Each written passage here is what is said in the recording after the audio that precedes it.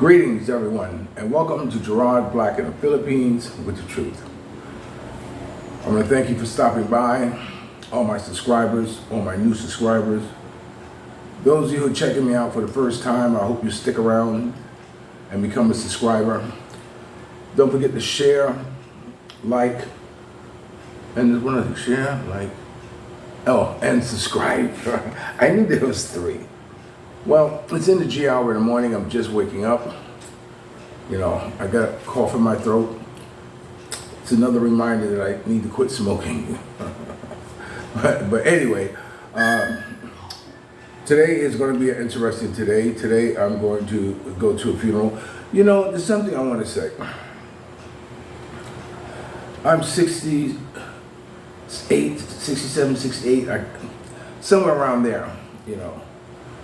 And in other words, I'm no spring chicken, you know.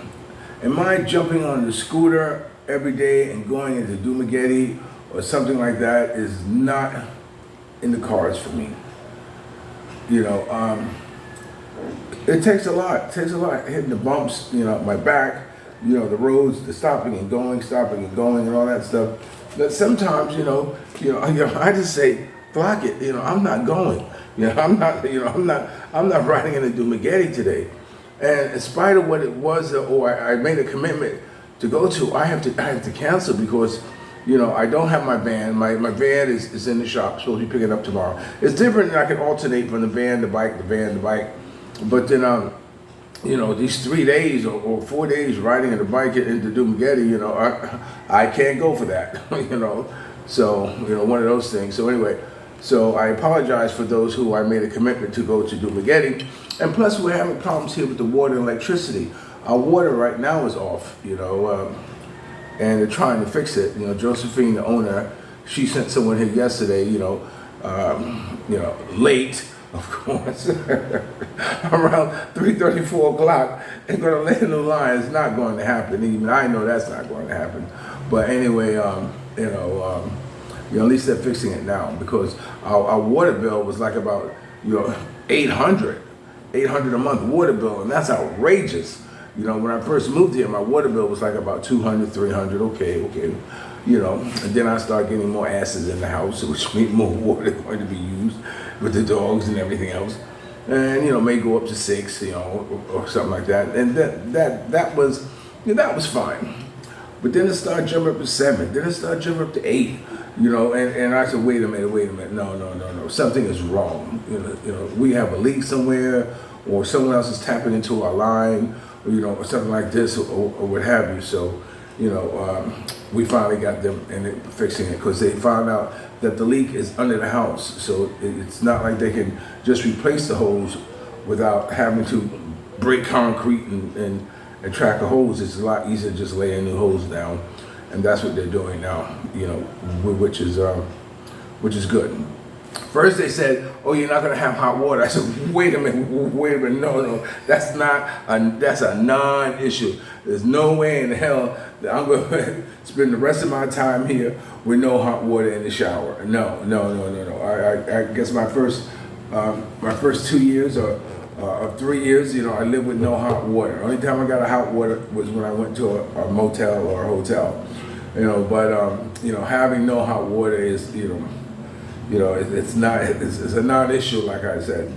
Who was it? I said this once before, that Harry S. Truman said. He said, "Show me a man who says he takes a cold shower every morning," and he says, "I'll show you a liar." You know what I'm saying? Because, you know, it ain't about cold shower. You know, it wasn't something, you know, I could not get used to doing. You know, but anyway, you know. So what I want to do with you this morning is that, you know, I want to share some of my comments, you know, that I've gotten, and it just so happens today, you know, my internet is out. You know, tomorrow we have brownout. You know, so welcome to the Philippines. You know, because, you know, sometimes, you know, this is what happens. You know, the internet goes out without warning, and then there's a brownout. You know, so at least this time we found out that we're going to have a brownout ahead of time. But we were thinking about getting a generator. But I'm saying, you know, do we really need a generator? You know, I can understand if we're going to have a brownout which is a blackout, a brownout for like 3 or 4 days. Yeah, well, yeah, okay, well, you might, That's one of the reasons why I got a gas stove instead of an electric stove, because I knew the possibility of brownouts, and we always want to be able to eat.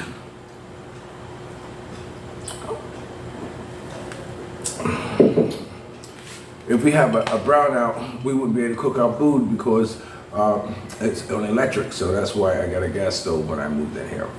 So anyway, so well, so that's what I'm waking up to this morning. But some of my comments I want to share with you.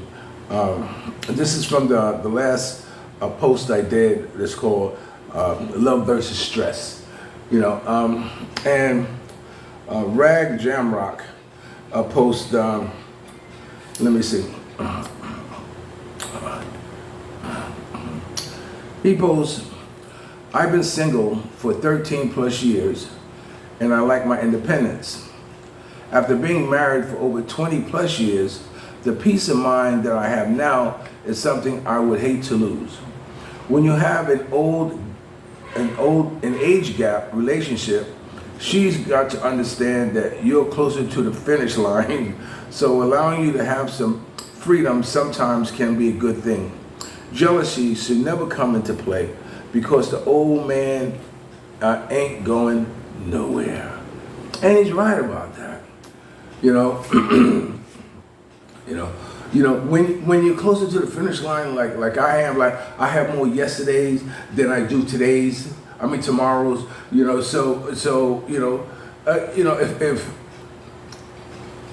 your old man wants to,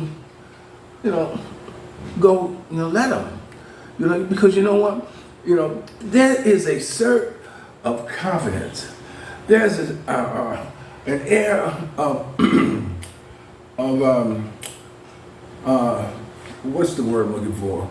An air of confidence. Confidence is one word, but I want another word more than confidence.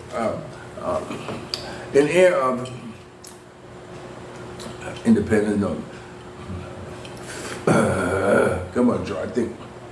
Well, anyway, there is an air of assurity when you know that your spouse is not going nowhere. When you know, and she knows, and she feels, and you feel that that she is the best thing for one another. That no one's going to care for you like she does, and no one's going to love you like he does. And when you have that confidence, that air of confidence, that neither one of you are going nowhere, that you were made for one another. Oh man, there's no greater feeling in the world than that. I mean, let me tell you, I mean, it used to drive me crazy. Not really drive me crazy. I can't say that. But in America, sometimes we like to, try to control the world, the way a girl dresses. It's like, why are you wearing those? Who are you going to see? Where are you going to go? You promised that you would only wear those for me.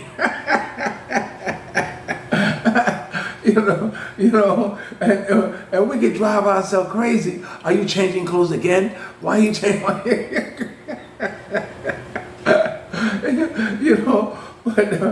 But here in the Philippines, my God, I mean, I would never, ever tell my woman, don't wear those. Or, no, those are too revealing. Or no, that show too much camel toe. Or no, I would never, baby, whatever makes you happy. You wear what you want to wear, and the more heads you can turn, the more I like it. You know what I'm saying? It's one of those things, and I know some of us are stuck in our old ways of doing things or having things, but it's not a big deal, man. It's not a big deal. I mean, I mean, that's all part of the lure of why you're here, because you dress so sexy. You may not think it's sexy. You know, it's funny because a Filipina, you know, she's not looking at herself as sexy. You know, she's looking at herself just throwing on a pair of Daisy Dukes and a halter top, and you know, that's how she dresses, and off she goes. You know what I'm saying? And you being a foreigner, you going, God damn, whoa, you know, like this to your own woman. You know what I'm saying? It's like, wow, and it's a beautiful. It's a beautiful thing to know and feel the simplicity of a female Filipino woman. And I like it. I like them feeling that they can just be as comfortable as they can around me. You know what I'm saying? To be as vulnerable as they want to be around me. It doesn't happen all the time. Sometimes you walk in a room, they legs closed, like clams. But there are times when they don't. And it's not like I'm a gawker, I'm a looker, although I have every right to be. Why? Because I'm a man. But I don't. But that's why God gave us that beautiful peripheral vision. And it's a wonderful thing. Mia had asked me. We had a friend, and his wife was talking about him being in a room with the door closed with another girl, and she got mad because she said, what are you doing? Do you like her? Like something like this. And so now, to me, Mia asked me, would I? I said, Mia, I have. I've had girls in our bedroom with the door closed. It's no big deal. I said, the air conditioner's in there, and I don't want the door open, letting the air out to come in and talk to me. Even my housekeeper. When my housekeeper comes into my bedroom, I said, close the door, and she's in there standing there alone. You have to have trust. Now if you have a guy that is always talking about, there are some dirty dogs. Even with the wife around, some dirty dogs. You know what I'm saying? And when they're dirty dogs, they're dirty dogs. So, to think that they were in a room with a girl by themselves, he's gonna make a play, gonna make a move, or something like this, or it's human nature for him, to make that move or say something inappropriate, to see how far he can go. Me, on the other hand, I'm cool with that. I've had girls come into my bedroom and lay on the bed, while they look at their phones or something like this, or watch a movie, because it's aircon, and lay on the bed, 3-4 girls on the bed, and it's beautiful. It's beautiful when you can lay on the bed with 3 or 4 beautiful Filipinas, and and nothing, is threatening to them. That they do look at you as another Filipino, pretty much, like an uncle, like that. It's good when they can treat you like a Filipino, a family member, that's a beautiful feeling. So anyway, so it's good when you can have, Mia had, I can tell when Mia's not ready. Woo! Time to cut this conversation. But anyway, so it's like, look, you know me. I said, that's what you have to rely on, Mia. You know me. I'm not going to do anything inappropriate. And you have to trust that I won't. So my being in a bedroom with the girl, by herself, and even if you're in the house or something like this, you should think nothing of it. I've had them sit in the bedroom by myself braiding my hair. You know what I'm saying? Like this with the door closed. And you have to be assure yourself to know that, Gerard's not going to do anything. Gerard is harmless. So one of those things. So yeah, Rag Jamrock has said that it's good to have it's good having knowing that he's not going nowhere. The old man is not going nowhere. And a beautiful Filipina or Filipina, younger Filipina with a big age difference, she can be stupid, because that's what it is, stupid. Man, I'm not gonna get into the craziest relationships that I've seen, with old men and Filipino girls. It's just not worth going into. But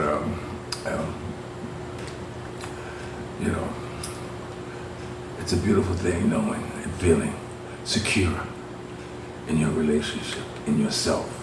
That you're not going nowhere. And if by chance something does fall from the sky, and creates a crater in your relationship, well, I don't know. All I know is that right now I'm doing everything to have a good relationship, a healthy relationship, to be stress-free. Okay, another comment was another incredible video, Gerard. Thank you for sharing your priceless wisdom with us. We relate to you totally, brother. And that's that James Wilson. Thank you. Thank you. Thank you for number one saying it's another incredible video, and again, thank you for you feel my sharing my wisdom, wherever the knowledge I do have with relationships. Not that I'm sounding like some relationship guru, but it's just that look, man. I've done a lot of things. I've been into a lot of situations, and I've learned. I've learned the secret of maintaining a long relationship. You know what breaks up most relationships? Money. Money has always been the catalyst for problems in a relationship. Especially when, you have both of you go out to dinner and she might make more than you, but when you leave, she expects you to pay the bill. And you're like, God, dog, what? You make more money than I do. Why do I pay for it? Why do I have to pay for it? Sometimes, that happens a lot. Money, finances has always been a problem in relationships. Either there's not enough or you don't know how to budget or whatever. But I know I had a 10-year relationship with Ukrainian girl, and from the moment we started, I said, look, when we go to the club, we take $20, $10 cover charge, and $10 for a drink. This is what we both would take. So this way, you should always be able to pay for yourself when you go out, go on a cruise, go on a vacation, go to the movies. You should always be able to pay for yourself, So we got in the habit of splitting everything down the middle. I don't care if we went to McDonald's and we ate, quarter pounder, and she had a Big Mac and I had a Coke and whatever. If I paid for it, we kept the receipts. And when we went to places and did things and bought things, we kept the receipts. And then at the end of the month, we would tally up, how much money did I spend in our relationship and how much money you spend in our relationship. And then we would put it on the paper. We would subtract, each of our expenses. And then whatever was left, whoever paid most would pay the other one the balance that they owed. And it worked fine. I mean, it was beautiful. It was beautiful. It was beautiful. We went on cruises, several cruises. We went on vacations. We just did a lot of things. Why? Because I was always able to pay for myself, and she was always able to pay for herself. So the stress of finances never fell on the burden of either one of us, because we always was able to take care of ourselves. And that's the advice that I give. Now, I have to be honest with you. As we had decided to go our separate ways, we was paying the bills one day, and she started laughing. And I said, why are you laughing? She said, you paid for this a long time ago. And in my mind, I'm going, ooh, you mean you've been robbing me? Ooh. But I kept my cool. I said, oh, okay. Sometimes it's best to just let it go. Let it go. Because to say anything, in my state of woo, I would say, what the flock you mean? You mean you've been robbing me? Huh? You've been taking my money? What else have you done? Like this, and then we're fighting like this, No. It's done, I'm glad she told me. She could have went on. But, that's one of the things what happens when you don't know your own math. I don't know math, and I hate math. But anyway, so here in the Philippines, you don't have that. You don't have the luxury of having a Filipino woman that brings in enough money, whereas that, she can go half on everything with you. Now, I have met a couple of Filipino girls who are very independent, who said, no, he doesn't have to give me an allowance. I make my own money. And I go, wow. Wow. Say that again, Filipino. He doesn't have to give me an allowance. I make my own money. I take care of my own kids. I said, wow. Wow. Now, that's a Filipina that you don't see that often. Very rare. Whenever you can find someone that can actually stand on the same footing as you are standing. So that was kind of nice to hear. So anyway, thanks for my wisdom. We relate to you totally, brother. Well, I'm glad, James Wilson, that I can say anything that you can relate to. Okay, and Sir Sonic, top-notch advice. Thank you, sir. Thank you very much. Okay, we got a couple of minutes left. Let me see if I can find another. Let's go to. See, I have no internet, so the internet's not even working.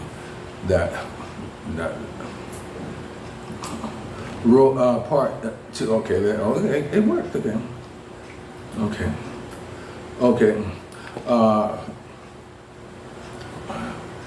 Rag Jamrock said, good interview, Gerard. These trike drivers really work hard, and many don't own their own trikes. But pay to rent them. I'm sure he appreciates your generosity tip. Keep on triking, brother. This is in reply to a video I did yesterday or the day before about part two. This is real life about that guy on a tricycle, and he says, good interview. It's hard here in the Philippines. It's hard to think of a job that you're watching people do and say, wow, he must get paid good money for that. Not like in your country or in my country, if you see someone, Con Ed, or someone, putting up electrical wire, like this, you're saying, damn, that's some good money there, boy. Or doing roofing, pouring tar on a roof and say, wow, that's some good money there, boy. Here, you can never say that and be on point. You know what I'm saying? I mean, it doesn't matter. the average job, even I stopped one time and asked a construction worker, how much money he make a day, and these guys were busting rocks, all day. And when he told me he made like 350 pesos a day, or 400 pesos, that's still, small money for the work you do. So it's hard pressed to find a job that's being paid,